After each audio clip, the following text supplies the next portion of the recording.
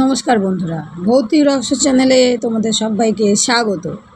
আজকে আমি তোমাদের গুপি গাইন বাঘা বাইনের শেষ পর্বটা শোনাব।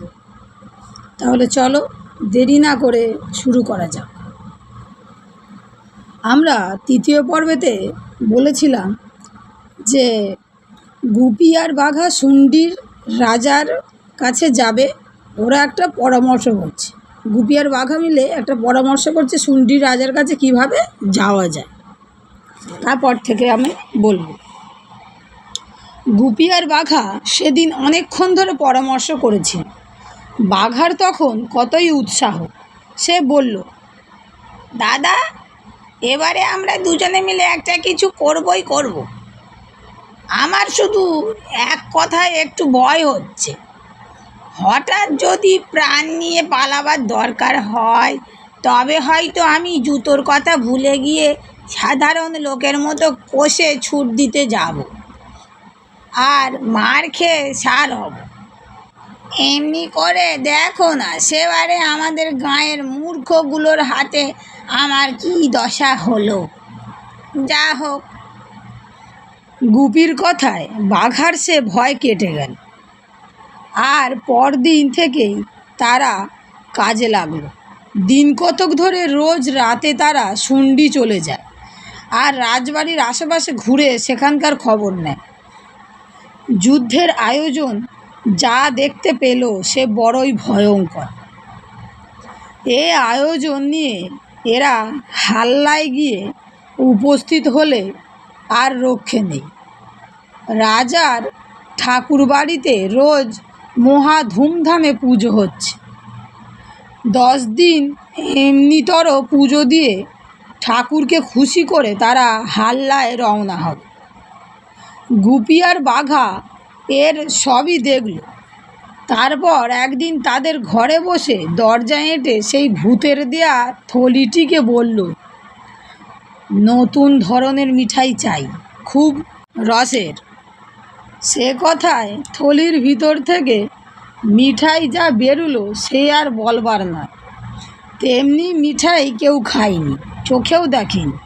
সেই মিঠাই নিয়ে বাঘা আর গুপি শুন্ডির রাজা ঠাকুরবাড়ির বিশাল মন্দিরের চূড়োয় গিয়ে বসল। নিচে খুব পুজোর ধুম, ধূপ ধুনো শঙ্খ ঘণ্টা, কোলাহলের সীমা নেই। আঙিনায় লোকে লোকারণ্য। সেই সব লোকের মাথার উপরে ঝরাত করে মিঠাইগুলো ঢেলে দিয়ে বাঘা আর গুপি মন্দিরের চূড়ো আঁকড়ে বসে তামাশা দেখতে লাগলো। অন্ধকারের মধ্যে সেই ধূপধুনো আর আলোর ধোঁয়ার ভিতর দিয়ে কেউ তাদের দেখতে পেল না। মিঠাইগুলো আঙিনায় পড়তেই অমনি কোলাহল থেমে গেল। অনেকেই লাফিয়ে উঠল, কেউ কেউ চেঁচিয়ে ছুটও দিল। তারপর 2-4 জন সাহসী লোক কয়েকটা মিঠাই তুলে আলোর কাছে নিয়ে ভয়ে ভয়ে দেখতে লাগলো। শেষে তাদের একজন চোখ বুজে তার একটু মুখে পুড়ে দিল, দিয়েই আর কথাবার্তা নেই। সে দুহাতে আঙিনা থেকে মিঠাই তুলে খালি মুখে দিচ্ছে আর নাচছে আর আহ্লাদে চেঁচাচ্ছে। তখন সেই আঙিনা শুদ্ধ লোক মিঠাই খাবার জন্য পাগলের মতো কাড়াকাড়ি করে কিচিরমিচির করতে লাগলো। এদিকে কয়েকজন ছুটে গিয়ে রাজামশাইকে বলছে, মহারাজ, ঠাকুর আজ পুজোয় তুষ্ট হয়ে স্বর্গ থেকে প্রসাদ পাঠিয়ে দিয়েছেন। সে যে কি অপূর্ব প্রসাদ, সে কথা আমরা বলতেই পারছি না। এ কথা শুনবা মাত্রই রাজামশাই প্রাণপণে কাছা গুঁজতে গুঁজতে ঊর্ধ্বশ্বাসে এসে ঠাকুর বাড়িতে উপস্থিত হলেন। কিন্তু হায়, ততক্ষণে সব প্রসাদ শেষ হয়ে গিয়েছিল। সমস্ত উঠোন ঝাঁট দিয়েও রাজামশাইয়ের জন্য একটু প্রসাদের গুঁড়ো পাওয়া গেল না। তখন তিনি ভারী চটে গিয়ে বললেন, তোমাদের কি অন্যায়! পুজো করি আমি আর প্রসাদ খেয়ে শেষ করো তোমরা। আমার জন্য একটু গুঁড়োও রাখো না, তোমাদের সকলকে ধরে শুলে চড়াবো। এ কথায় সকলে ভয়ে কাঁপতে কাঁপতে জোর হাতে বলল, দোহাই মহারাজ, আপনার প্রসাদ কি আমরা খেয়ে শেষ করতে পারি?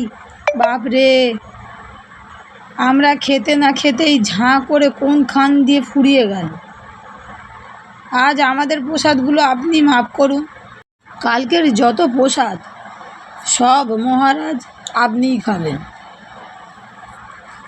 রাজা তাতে বললেন, আচ্ছা তাই হবে, খবরদার মনে থাকে যেন।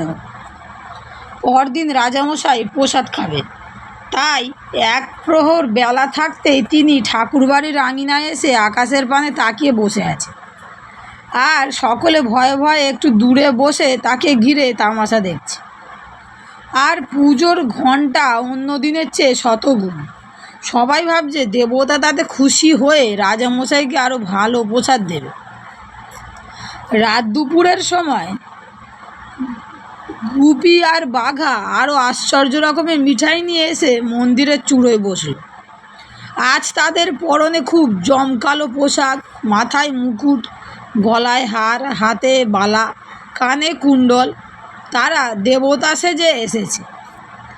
ধোঁয়ার জন্য কিছুই দেখা যাচ্ছে না, কিন্তু তবু রাজামশাই আকাশের পানে তাকিয়ে আছেন।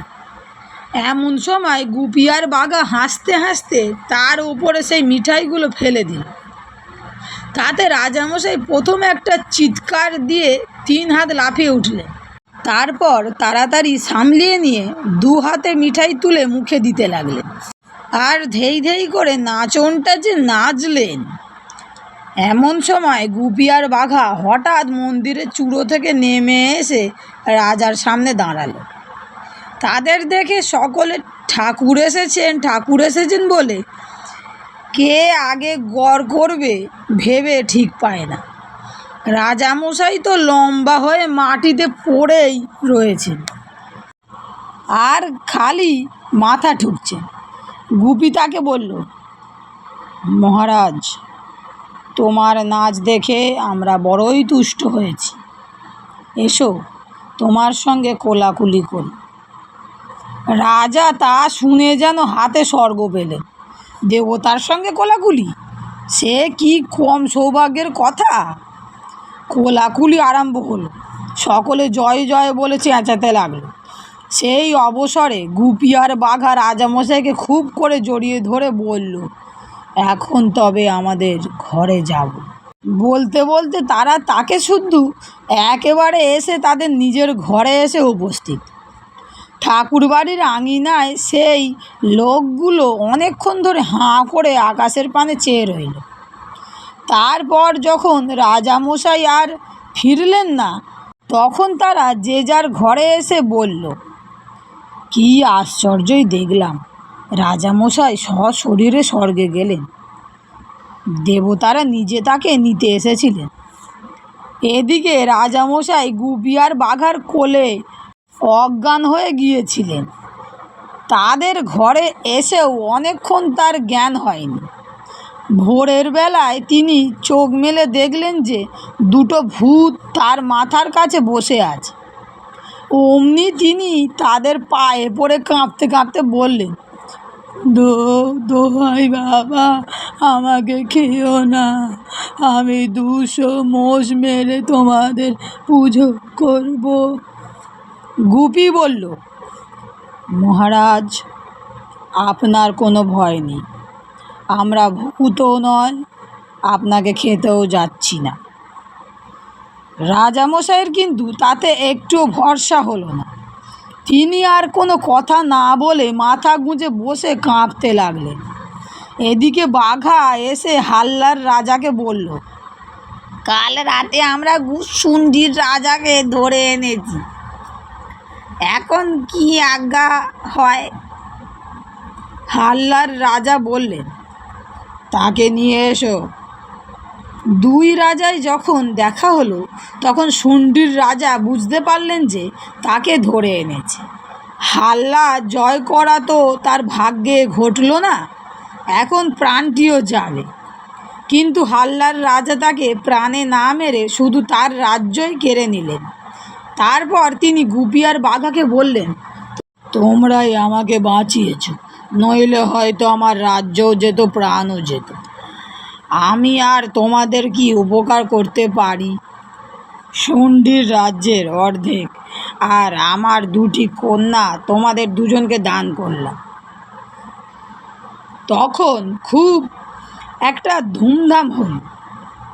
গুপি আর বাঘা হাল্লার রাজার জামাই হয়ে আর শুন্ডির অর্ধেক রাজ্য পেয়ে পরম আনন্দে সঙ্গীতের চর্চা করতে লাগলো।